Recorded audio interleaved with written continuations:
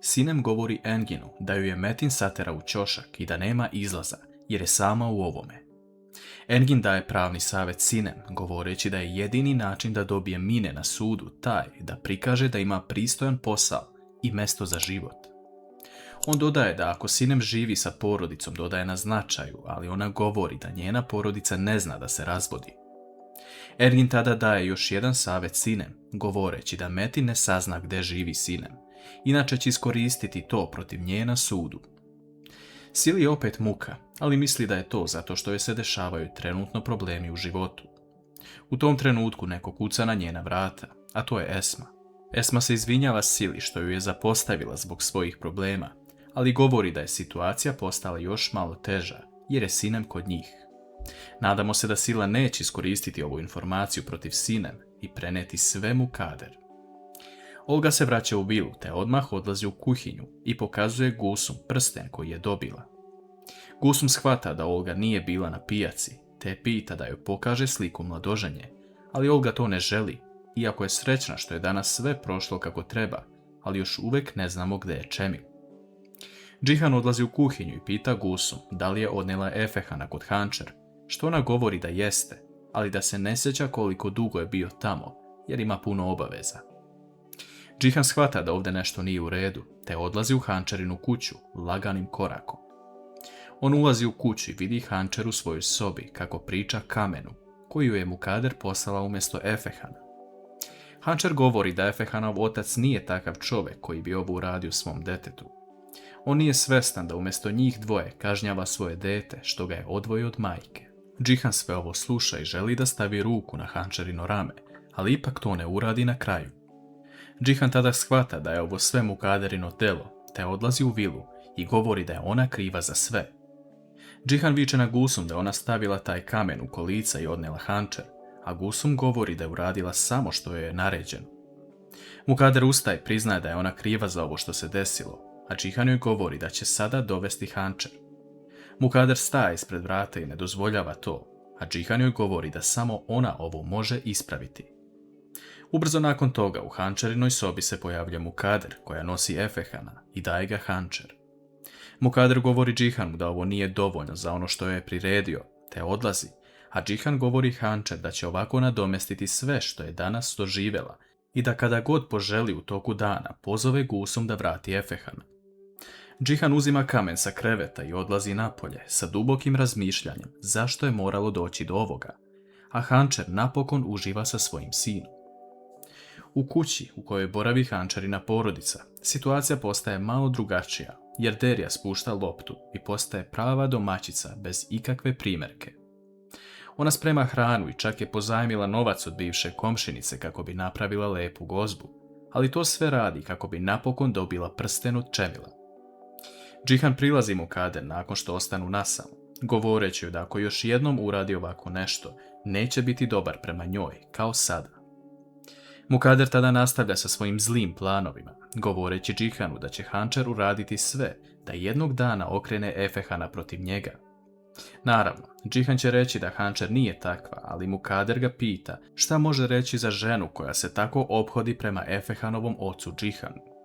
Ona nije htjela da se izvini za to što je uradila jer nema empatiju, te da će Hančer i ovako ili onako dobiti ovaj rat u svoju korist, a neka Džihan nastavi da odnosi svoje dete njoj u naručje. Šta će Džihan uraditi i da li Mukader uspeva u svom planu?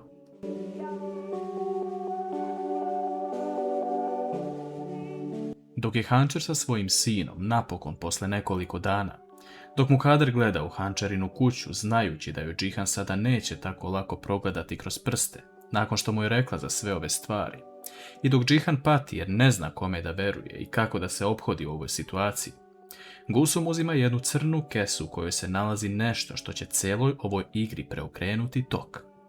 Šta je to Gusum pronašla? Dolazi vreme da zaposleni u kompaniji Deviloglu krenu kući nakon radnog vremena, ali Nisa ostaje duže, govoreći da čeka Enginov poziv kako bi završili nešto za sutrašnje suđenje. Ona ostaje sama u firmi i odlučuje da ga nazove, a Engin govori da je zaboravio za to i ima jedan predlog, ali ne zna kako će ona reagovati na to. Engin predlaže Nisi da dođe u jedan restoran, a ona odlučuje da to uradi. Gulsum odlazi na Hančerina vrata, pitajući da uđe unutra, što Hančer biva čudno, ali joj dozvoljava. Gulsum se izvinjava što je danas ono uradila, jer je Hančer veoma dobra osoba i ne zaslužuje ovo. Hančer govori Gulsum da shvata da to nije njena greška i da Mukader radi sve kako bi zagorčala Hančerin život, a Gulsum govori da je sigurna da će se Hančer vratiti u vilu i pomiriti sa Džihanom, te da će pravda izaći na videlo. U tom trenutku se Metin vraća kući i vidi Gulsum kako nosi Efehana. On je pitao dakle dolazi ovo dete, a Džihan silazi sa sprata govoreći od svoje majke. Tu nastaje svađa između dva brata, jer Metin ne može da podnese da Džihan, koji je sravnio sve odnose sa svojom ženom, sada odnosi dete kod nje i pruža joj podršku, dok je Metin u žalosti zbog Sine. Tu se pridružuje Mukader, koja je dobila informaciju od Sile da Sinem boravi sa Hančerinom porodicom, te prenosi to Džihanu i Metinu. Metin se tada još više naljuti, te odlazi na Hančerina vrata. Svi ga prate do tamo, a Hančer otvara pitajući šta se dešava. Metin govori Hančer da ona iskoristila Sinem za svoje planove i dok njegova žena sada boravi u toj trošnoj kući, Hančer je u dvorištu pored svog deteta. Džihan govori Metinu da se udalji i da ne nastavlja dalje, a Metin govori Hančer da su one htele da uzmu njihovu decu i odu. Metin prilazi Hančer govoreći da niko neće biti srećan dok je on nesrećan, a to govori Džihan. Džihan govori Hančer da je ovo sve nastalo zbog karti za koje niko ne zna i neispunjenih planova, te odlazi, a Hančer tužna ostaje u kući. Engin lepo dočekuje Nisu i naručuje hranu, a ovaj razgovor ima posebnu toplinu u sebi. Engin se otvara Nisi govoreći da ga je Sila koristila samo kao stepenicu da dođe do porodice Deviloglu. I nakon što je to uspjela, bilo je kasno, jer je Engin tek tada saznao šta se dešava i zato odlučio da se razvede. Nisa govori Enginu da je nakon gubitka svog brata imala oslonac, to jest svoju porodicu, ali da Engin ne treba da brine jer ima dobre ljude oko sebe. Ona kasnije dodaje da tek sada upoznaje Engina kao što je jeste jer je imala dosta predrasuda. Čak je mislila da je on čovjek koji zbog svojih problema želi da pronađe razlog za neslaganje, ali to nije istina. Engin tada ustaje i pruža ruku Nisi, govoreći da će se sada opet upoznati, te se predstavlja kao Engin Onder.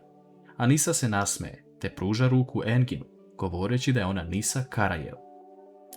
Gulsum otvara crnu kesu i iz nje vadi pocepane karte, te odlučuje da ih zalepi, kako bi ostavila negde u Džihanovu kancelariju. U tom trenutku Mukader ulazi u Džihanovu sobu, a on je pita kako ona sazna sve pre ostalih. Mukader tada priznaje Džihanu da je Sila prenela ove informacije, a Džihan je tek sada začuđen šta se dešava.